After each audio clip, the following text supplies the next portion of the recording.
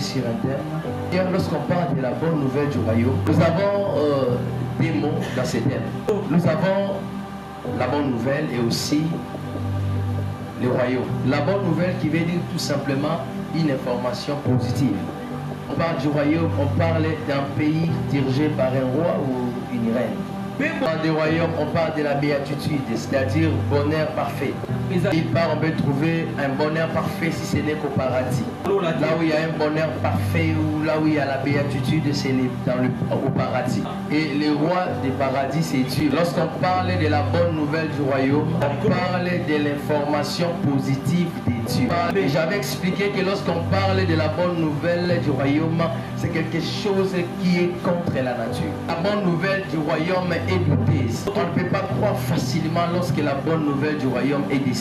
C'est pourquoi je suis en train de voir Nathanaël qui dit à Philippe, est-ce que dans Nazareth, c'est quelque chose de mauvais sorti? La Bible déclare dans le livre de Luc chapitre 4 verset 43, Jésus dit ceci, je dois aussi partir aux autres villes pour annoncer la bonne nouvelle du royaume de Dieu. C'est-à-dire ici, on comprend que Jésus prêcher la bonne nouvelle quelque part. Il veut maintenant aller aussi dans d'autres villes aussi prêcher la bonne nouvelle. Parce que la bonne nouvelle doit être prêchée jusqu'aux extrémités de la terre avant la fin. Luc chapitre 4, versets 18 à 19 nous dit ceci. L'Esprit du Seigneur est sur moi, il m'envoie pour annoncer une bonne nouvelle aux pauvres. Il dit, il est venu pour annoncer une bonne nouvelle aux pauvres.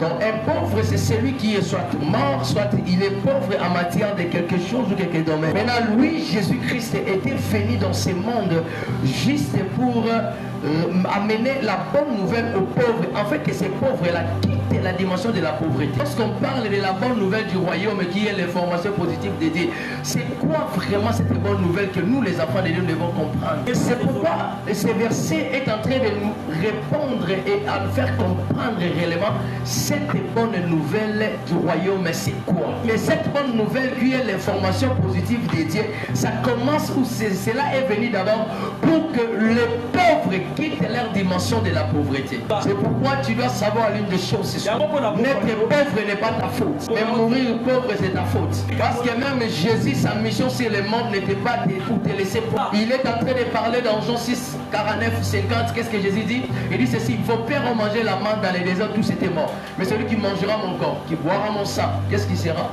Ensuite, il aura la vie. Le porteur de la bonne nouvelle du royaume, c'est Jésus-Christ. C'est pourquoi j'aimerais parler à une personne avant de continuer le message. Si tu as la foi ce soir, quelle que soit ta pauvreté, si tu crois à la bonne nouvelle du royaume, cette bonne nouvelle du royaume bannira ta pauvreté. Même si la mort a été déclarée dans ta vie, tu peux me dire, pasteur, comment tu nous parles de la mort? Qui va rester vivant? Tout le monde mourra. Jésus a répondu ceci, vous serez vivant quand même lorsque vous serez.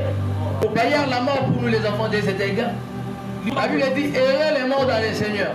Nous qui restons là en train de pleurer, mais celui qui est parti, lorsqu'on lui dit rentre, il dit apana. Laisse que la bonne nouvelle du royaume te donne la vie. Même après ta mort, que tu vives. Avant que tu meurs, mais que tu ne sois plus pauvre. Tu étais pauvre en matière d'argent, que tu reçoives l'argent dans le nom de Jésus. À cause de la bonne nouvelle du royaume.